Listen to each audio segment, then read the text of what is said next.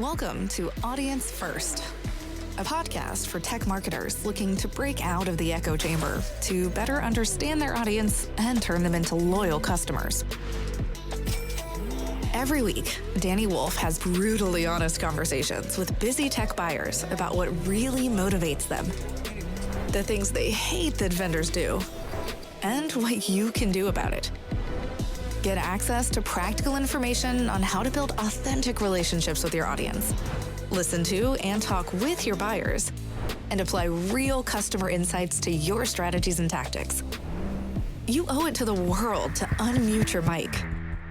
Are you ready? All right, welcome to another episode of Audience First. I have a very special guest with me today. I'm actually very thrilled to have May Brooks on. Why? Because I met her in person last week, which is very rare that I actually meet my guest first in person and then speak with him. It was wonderful meeting you. I shout out to Ryan for connecting us. Ryan's great peoples. All right, so May, tell me a little bit about yourself. Who are you? What do you do? And why the hell do you do it? Who am I? What do I do? Well, I'm a cybersecurity expert. Been in the industry for over 20 years now. I can officially say over 20 years. In love with this profession, in love with cybersecurity. Got into the business totally by chance when I was in the army. I was supposed to finish my IDF service, and one of the guys told me we have a new unit coming up, information security. We want you in. Great, but what's that? So that's how I got into information security at the time, cybersecurity as we evolved. Been in the industry ever since. Right now, I'm working as a cybersecurity expert, UABA consultant, deputy CISO for Wheel Bank, a digital bank based in the UAE. So I'm here. I relocated from Israel to the UAE 6 months ago, and we're very happy here. Amazing. Down with the rain. You mentioned, first of all, that's exceptional. I would love to visit. What is it like, by the way, over there? Yeah. So I think that the best way to describe Dubai is sort of a combination between Manhattan and Vegas, but in high volume. Like think of Vegas, but bigger, sparklier. So I'm not in Dubai, thank God. I'm in Abu Dhabi, which is the more Mellow. I would call it mellow, but there's nothing mellow about it. I went to one of the festivals last weekend, and they had a fireworks show for about 10 minutes and then a laser show for about another 5 minutes. And it was just because it's Saturday night. That was the only reason. So, yeah, so it's pretty much big and everywhere, but it is great fun. And you get to meet people from all over the world because I think that the most exciting thing about being in the UAE, because you have here about a million and a half Emiratis, and all the rest are experts from all over the world. So in the bank, for example, we're about 180 employees from 40 different nationalities, which is amazing. So you work with everyone. So it's super exciting. That's awesome. And then, so you mentioned you're a cybersecurity expert. Now, I feel like that's a very broad term. So take me through a little bit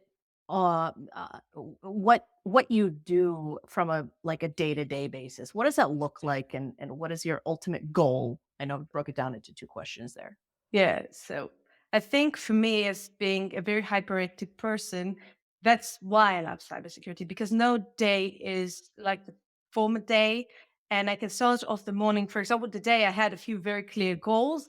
I managed to go through them till about 11ish, and then all hell broke loose and I had to react. So that's how it goes. Usually as cybersecurity, well, right now the role is basically UABA and deputy CISO. Basically, first of all, we have to secure the business. So the most important thing is to understand the business, which I think that for many cybersecurity professionals, myself included, when I started off as a very technical person. I used to do penetration tests and risk assessments and things like that. And I never looked at the business side of the organization I was working with. So today, and I was a CISO before as well, I first look at the company, what it does, what are the business goals, what's the business strategy, and from that I can build on to have a cybersecurity strategy that will correlate with what the business wants to achieve. So it's all risk assessment, and as a business owner as well, because I'm also a business owner, it gives me sort of the better understanding of the business world. Mhm. And so it's easy for me to understand sometimes why our CEO would say something that 5 years ago, 10 years ago, I would say, but why? But doesn't he understand that that's a huge risk? Yes, he does, but he also understands that's a huge business disabler.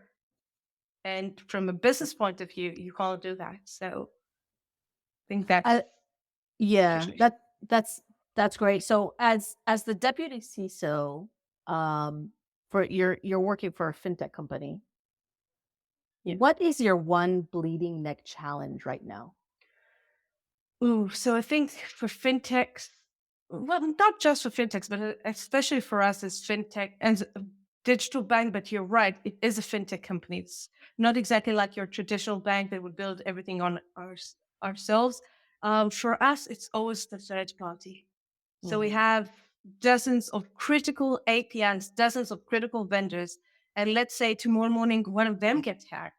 mhm. I can't provide my service. So I'm really relying on other companies to do their side of the show. So it's a leap of faith for sure. Mhm, mhm.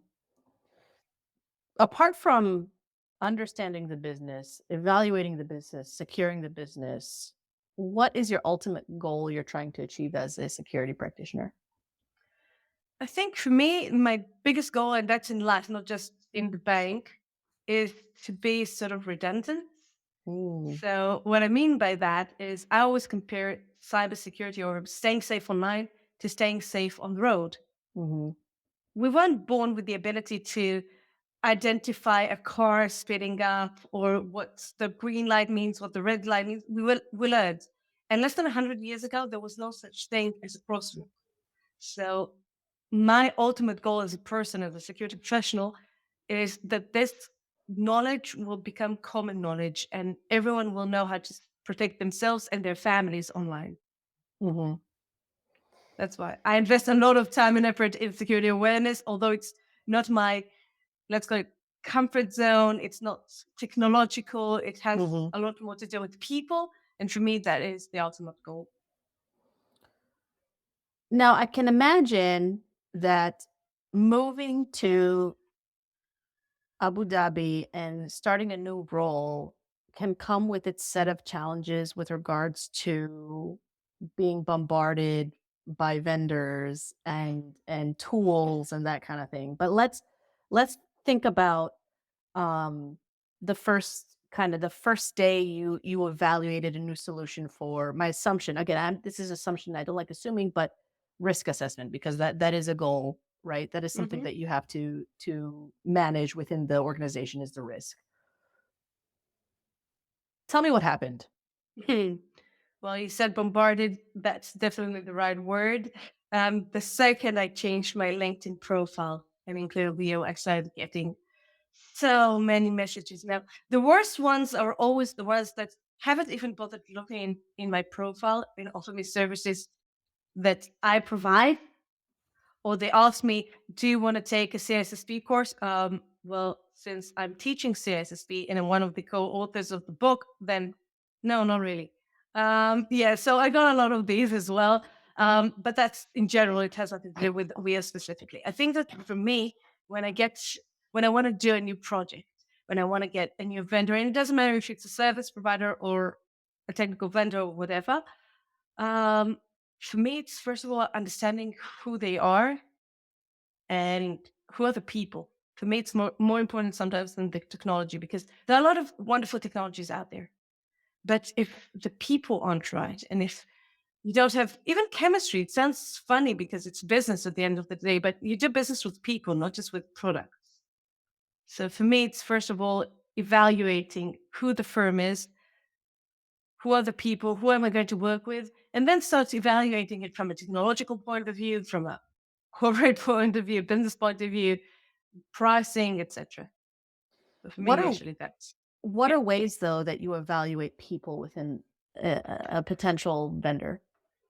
So First, I rely a lot on the ecosystem. And I think you saw that last week in Cybertech. It wasn't, I decided to come to Cybertech like 2, 3 days in before it started because I really wanted to see some friendly faces that I know.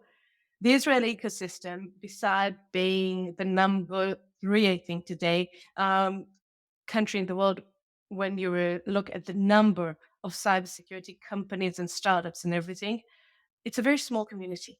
When I walk around Cybertech, I recognize, I would say 80 to 90% of the faces. I would know them, even know them by name, most of them.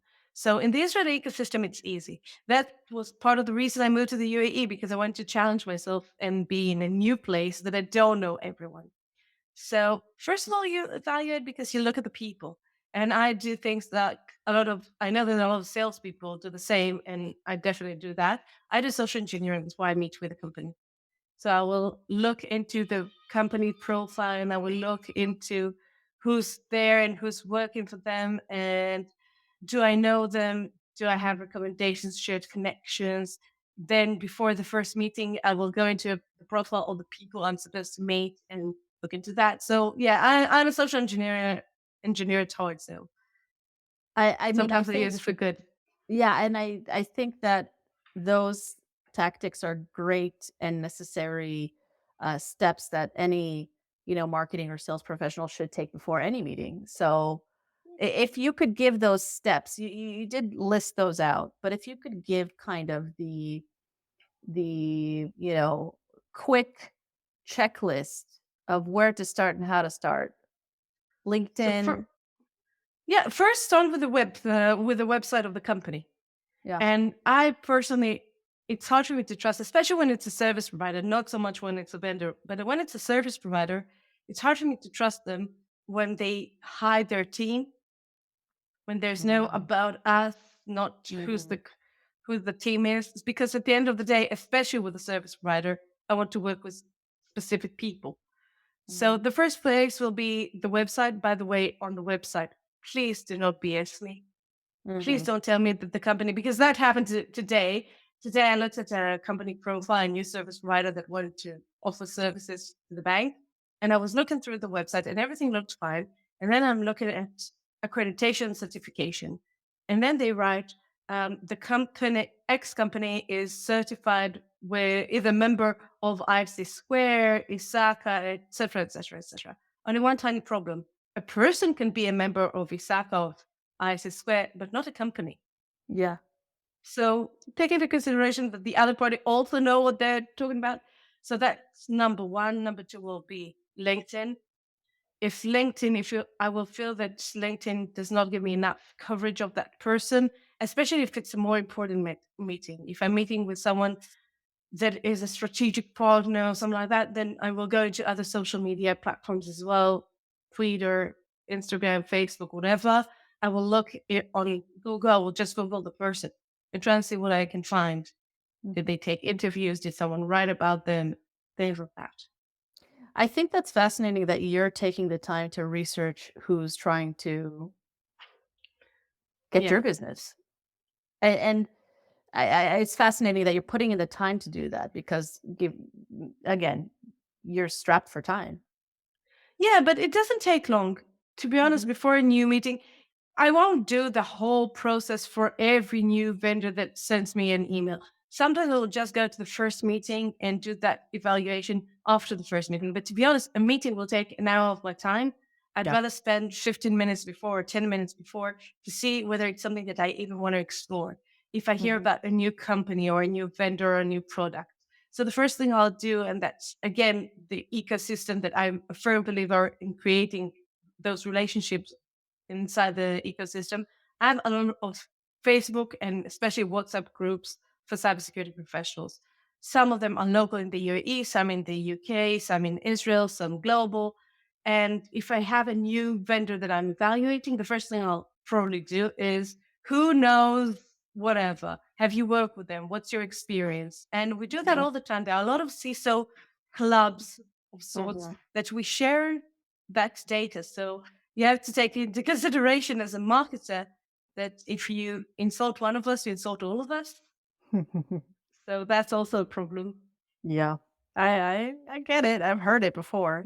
I think one before we move on to our next question, one interesting insight that I got actually from Ryan was that he looks at Glassdoor also. Oh yeah, He looks at yeah, Glassdoor to see how employees are feeling because that's a strong indication how customers will be treated.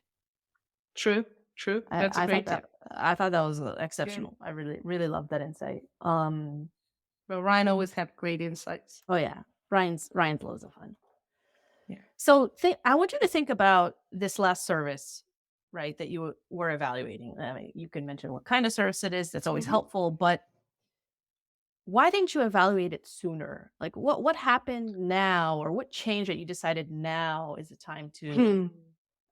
you know, achieve this goal with this service? And you can fill in those blanks, by the way, if you have more insight. Well, in theory, first day, not first day, but first quarter that I work for any company, the first thing I will always do is try to do my own risk assessment, meet up with key personnel inside the company, C-level execs, understand where they're coming from, and trying to evaluate the risk for myself. And then you create a work plan. Now, the work plan is based on a lot of different things, on the skill set that my team has, on current vendors that we already have, on current projects that we already have. So there is no point, for example, in my eyes, and that again, it has nothing to do with WEO, but in general, there's no point in doing a full-blown DLP project, data leak prevention project, without first doing data classification, because it will be out of the box. It will give me, okay, don't let PII leak, don't let credit card leaks, which is great, but that's usually not the only point. So there are lots that you have. There are things that you have to go through in order to achieve those goals. So if you want to do a DLP project, there's no point in doing that without data classification, without asset mapping first. There are things that have to do with maturity. So for example, when I used to do a lot of security awareness campaigns in my company, so a lot of companies said, "Oh, we want to do this, that, and the other." Guys, it's the first year. We can't start off. You don't start running before you start walking and before you crawl. You have to start with something. So let's do the basics Mhm. and plan that next year we're going to do the next step, and the year after we'll do the next step. And that's one of the reasons that personally I love about ISO 27000 series, that it always aspires for optimization. What's the next stage? What's the next level? And I took that also in my personal development. So there's always a next step. So on Mhm. some aspects, I would say, wow, I've already done this, that, and the other. Wow, amazing. But there's so many other things I want to achieve. So Mhm. there's always a I, next step. I love that. Um, what are there any like differences or anomalies right now in the market that salespeople, marketers, vendors can learn from or take advantage of to stand out in your eyes? Hmm. I think that I think COVID changed a lot of things for a lot of companies. I Mhm. think it's created that much smaller world that Mhm. people are not that afraid of trying things that they don't know. On the other hand, it did make us sort of stick to what we know in specific areas. So I think that the best thing that marketers can do is create brand awareness. Now, you're a much bigger expert than I am on that, but I did see some new products coming from different parts of the world and creating that brand awareness. Even as in the Israeli market, and the Israeli market is not easy because, again, it's such a small community. We know everyone. So it takes time to sort of be blended in the ecosystem. And I saw a few vendors that did it very nicely. They started working with different people in the industry, working with them, taking their advice, understanding how the ecosystem works, being part of different community um different community events that we create. So I think those are the things that I like seeing. And again, don't BS us. Mhm. We know what we want. Don't try to tell me you need this. No, I don't. If I'm telling you, look, this is not a priority right now, that Mhm. it's not, you're not going to change my mind. Unfortunately, if I'm saying it's not a priority, either I don't believe in the product, or I don't have the budget, or I have a million other things that are also important. So pushy attitude is in many cases sort of a turn off. Oh, 100%. So we could go down two different routes. Well, maybe we could. Okay, so let's start with the latter, which is you just ended off with there are priorities, we're not ready right now. So how would a salesperson or a marketer understand your priorities best? Hmm. What would be the way to Yeah. extract that data not under an NDA? Well, I think the difference between different salespeople. I see some salespeople, and I actually trained some of these salespeople.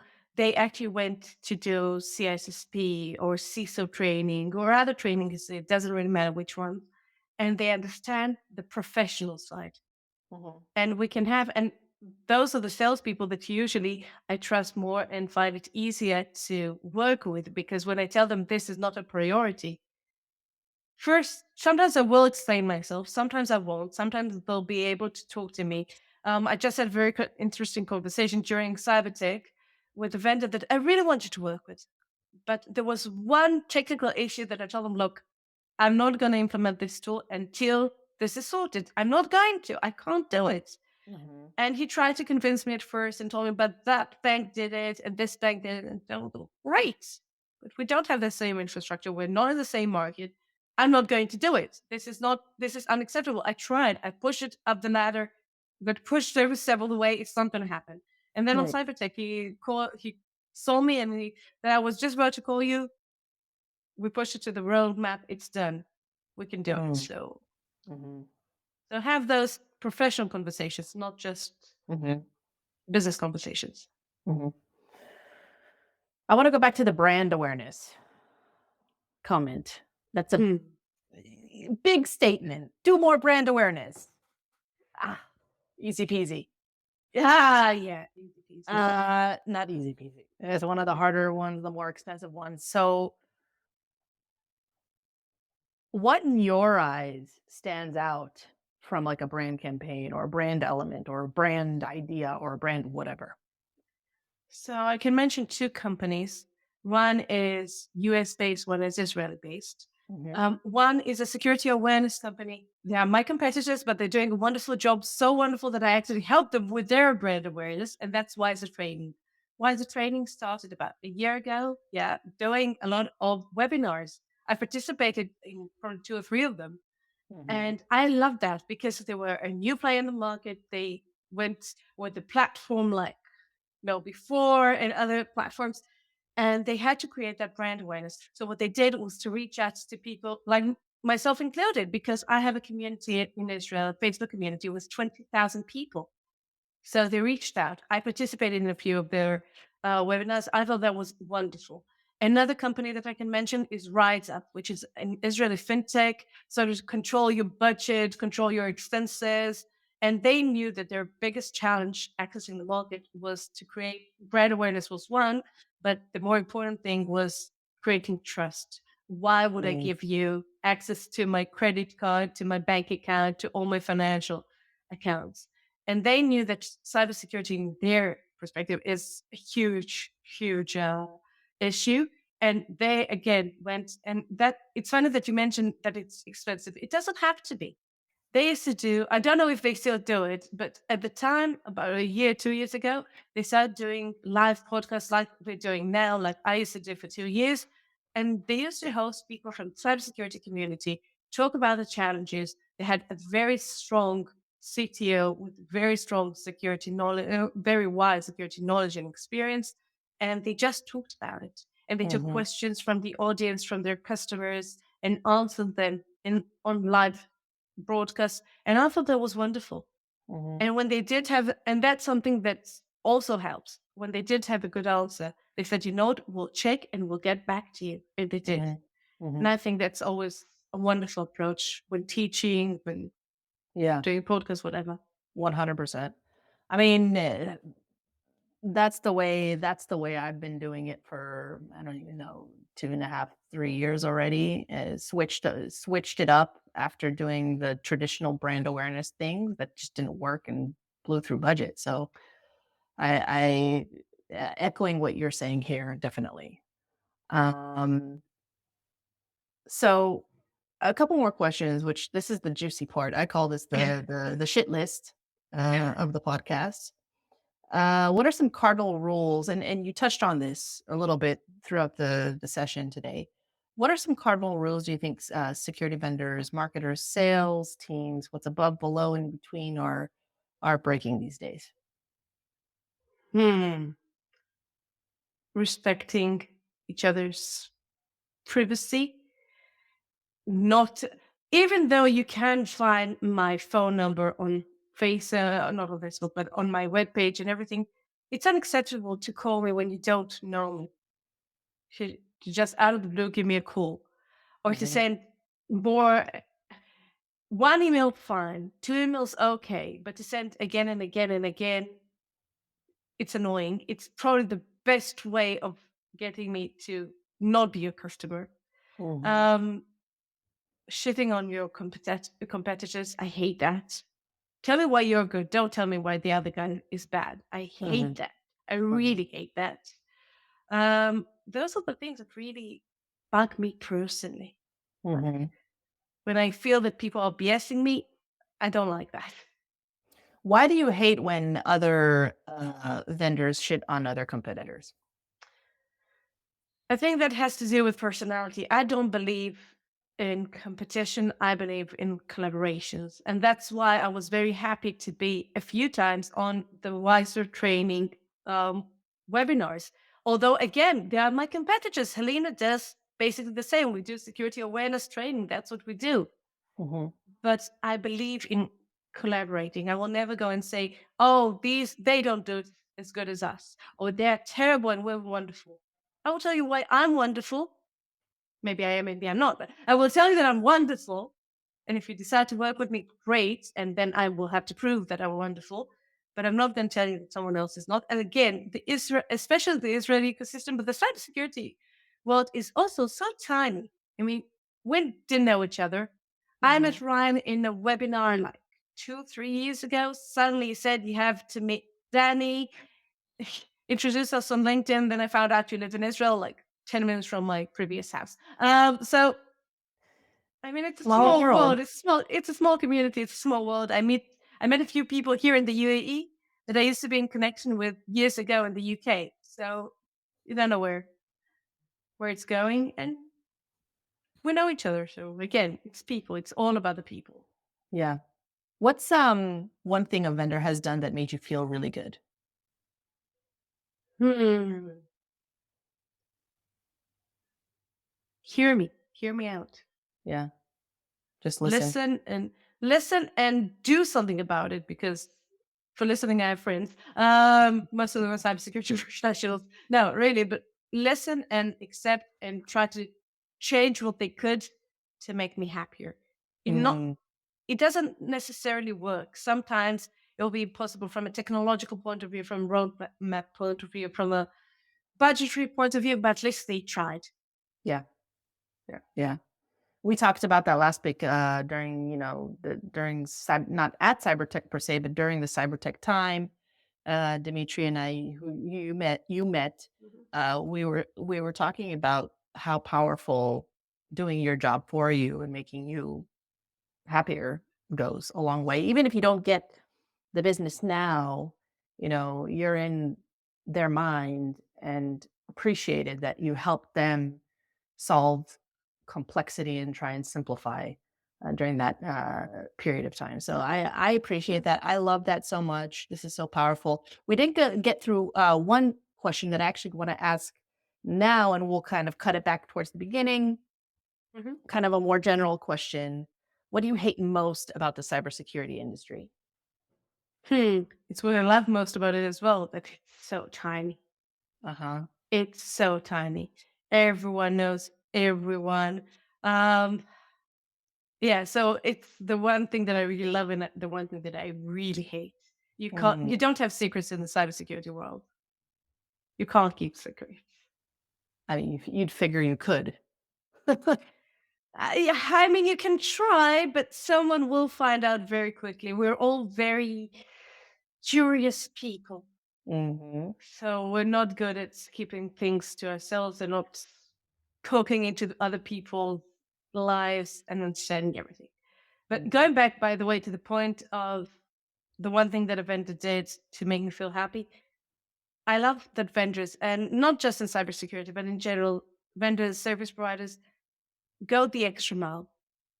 Go and give you that tiny little something, and it could be even a freebie. And I'm going to pat myself on the back, but that's something that, and Helena, I took from various companies that I saw that they did things that I really loved, and I tried to be in that sort of state of mind when we created the company. For example, every year before Black Friday, we always said, here is a list of tips on how to stay safe online. When I created the community, the Facebook community, Think Safe Cyber, it wasn't about business. It was my way of giving back to community. And then I started asking my customers when I finished doing a live training or awareness training or whatever. I asked them, do you want me to tell people about the community? And they said yes. So for me, I'm giving them a freebie that I will do anyway. I will continue supporting this community because I'm so proud of this community. So I'll do it anyway. So for me, it doesn't cost me anything to tell all my clients, send it to your people. When I do a live webinar in the community, I always send it to my clients and things like that. And that's the extra mile, giving them something extra that they know they will get, that I'm supposed to give them 10 content pieces a year, and I'm giving them 14. So it will make them happier. I love That's that. how I like being treated as a customer, and that's how I try to treat my customers as well. Definitely. Taking note. This has been an absolute pleasure. We are headed towards the end of the session. But before we sign off, is there one thing you'd like to impart on the audience today?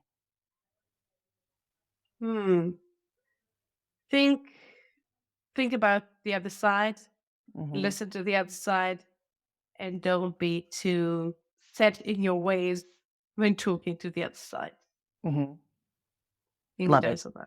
Yeah. May, love this conversation. You are always welcome back to the show.